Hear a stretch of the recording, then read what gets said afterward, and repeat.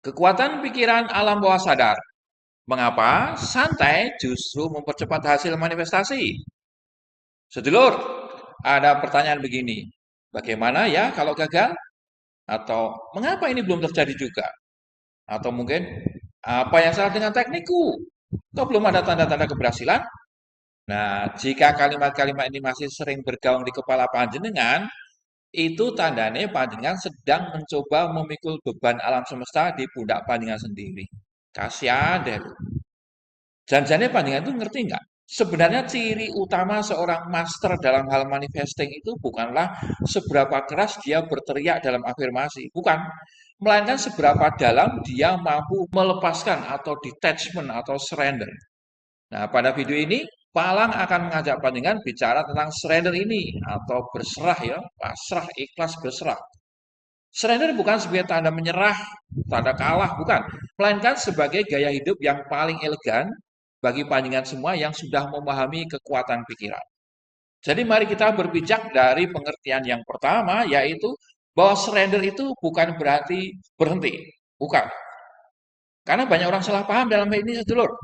Mereka mengira pasrah, berserah, atau surrender itu berarti berhenti bertindak atau apa ya, apatis, menjadi malas, ogah, megah.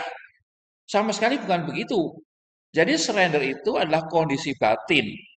Ini adalah tentang melepaskan kapan dan bagaimana, tetapi sambil tetap memegang teguh apa yang sedang diasumsikan.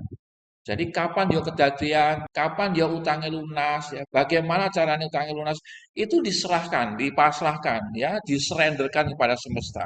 Dalam hukum asumsi Neville Goddard, saat panjenengan sudah menetap dalam perasaan bahwa keinginan panjenengan sudah terwujud, maka ketegangan-ketegangan seperti itu seharusnya hilang.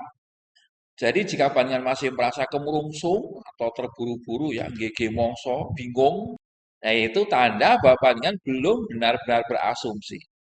Seorang ahli manifestasi sejati itu orangnya santai banget, damai banget, tenang banget. Mengapa demikian?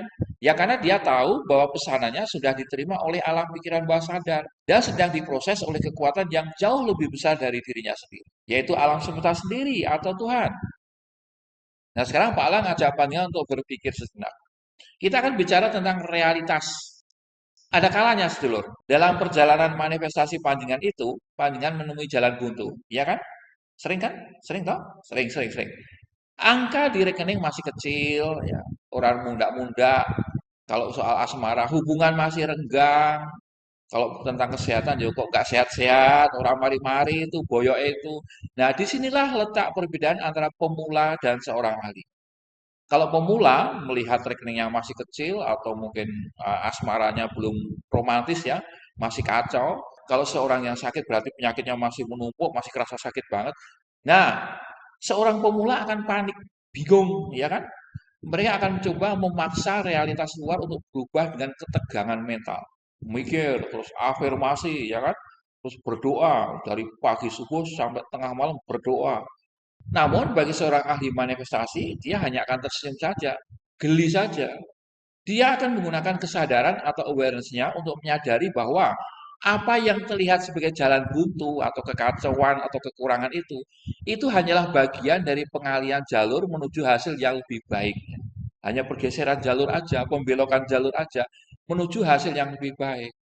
Jadi seorang yang ahli manifestasi nggak tegang melihat rekeningnya kecil, ketawa ketiwi aja. Atau kalau dia melihat kekasihnya masih ngambek, katakanlah, dia ketawa ketiwi aja. Dia tahu bahwa Tuhan atau kecerdasan tak terbatas dalam dirinya tidak pernah tidur dan akan membantu dia. Inilah seorang ahli manifestasi. Nah, ini Pak Lang juga bawa kisah lagi ini untuk panjenengan. Ada seorang pengusaha muda bernama Ardi, ya, pengusaha kecil-kecilan, Pak. Ardi ini sudah usahanya kecil, sekarang berada di ambang kebangkrutan. Dia sudah berjuang sana sini, tapi seolah-olah pintu tertutup. Ya, menghubungi teman cari pinjaman nggak bisa, penjualan juga tidak cukup baik, dan seterusnya, seterusnya. Secara logika, Ardi ini punya banyak sekali alasan untuk stres dan kehilangan tidur. Namun apa yang terjadi? Ardi ini seorang praktisi kekuatan pikiran yang baik, walaupun masih muda. Jadi setiap malam, ia masuk ke dalam kesadarannya dan merasakan rasa damai. Ya, damai, tenang, calm. Ia memilih untuk surrender, pasrah, berserah, ikhlas pada Gusti Allah. Di siang hari dia melakukan apa saja yang dia bisa lakukan, ya. Jadi dia tetap bertindak, menghubungi teman, mencoba ini itu, namun dengan hati yang tetap santai, hati yang tenang, hati yang gembira, hati yang tidak kemerungsung, hati yang tidak gigi mongso, hati yang tidak bingung kapan yo piye yo engko gek, tidak begitu, tapi tenang, ikhlas, pasrah. Ya, itu dia. Nah, suatu hari, seorang rekan bisnis lamanya menawarkan bantuan yang sama sekali tidak pernah Art dipikirkan. Ini adalah sebuah keajaiban yang luar biasa bagi Art. Mengapa ini terjadi? Karena Ardi tidak menutup jalannya keajaiban dengan energi ketakutan. Dengan berserah, ya, ikhlas, surrender, Ardi membiarkan saluran batinnya tetap terbuka untuk menerima apa yang disebut sebagai bimbingan batin atau inner guidance. Jadi di sini Ardi membuktikan bahwa meskipun ia berjalan di lembah kegelapan finansial, ia tidak takut bahaya karena ia tahu ia tidak berjalan sendirian. Ia didampingi oleh Tuhan Yang Maha Esa, oleh kekuatan semesta yang membackup dia. Jadi benar-benarlah Ardi ini tidak terlibat secara emosional dalam peristiwa-peristiwa itu. Ada orang mengatakan ini seperti halnya mengamati. Jadi surrender itu adalah tentang menjadi pengamat, ya, pengamat emosi-emosi itu. Dengan tidak melibatkan diri pada emosi itu berarti kita hanya mengamati saja. Jadi saat badai datang, seorang master dalam hal manifestasi tidak ikut terbawa dalam badai. Dia hanya mengamati saja, ya. Ketika badai datang, emosi bergolak hebat, dia hanya mengamati saja, tidak ikut larut di dalamnya. Namun dia sanggup menghadapi dengan tenang, berdiri di pusat badai, di mana justru ada titik paling tenang itu, dan mengamati semuanya sebagai sebuah kesadaran. Ia tahu bahwa keadaan itu hanyalah sisa-sisa dari pikiran masa lalu, membiarkan realitas lama berlalu sendiri, karena dia sudah mematok realitas baru, yaitu di dalam pikirannya. Jadi ia santai menghadapi apa saja kok. Karena baginya kepastian internal, ya, internal sedulur, internal dalam batin itu jauh lebih nyata daripada fakta eksternal. Jadi utangnya panjenengan itu akan tunduk dengan fakta di dalam batin panjenengan. Kemiskinan panjenengan itu akan tunduk takluk dengan keyakinan dalam batin panjenengan. Lan sampai terute. Jadi luar biasa lah hidup dengan gaya hidup surrender ini. Kita memiliki Tuhan sebagai penjaga manifestasi. Dengan demikian Malang bisa katakan bahwa kekuatan sejati dari surrender panjenengan itu adalah pengakuan panjenengan bahwa ada kecerdasan agung yang menjaga setiap langkah panjenengan. Pengakuan yang tulus jujur dari hati. Saat panjenengan berserah, panjenengan sedang berkata demikian kurang lebih. Tuhan, saya sudah menetapkan tujuan saya melalui hukum asumsi. Sekarang saya serahkan detail perjalanannya kepadamu. Ini akan menghilangkan beban di pundak panjenengan sedulur. Panjenengan tidak lagi merasa perlu memanipulasi orang lain atau memaksakan keadaan. Nggak perlu hapus promo, hapus promo. Panjenengan bergerak dengan ringan, santai, gembira, dan secara ajaib saat panjenengan berhenti mengejar dengan penuh ketegangan, hal-hal yang panjenengan inginkan justru muncul dan malah mengejar panjenengan. Asik kan? Asik kan? Asik toh? Asik toh?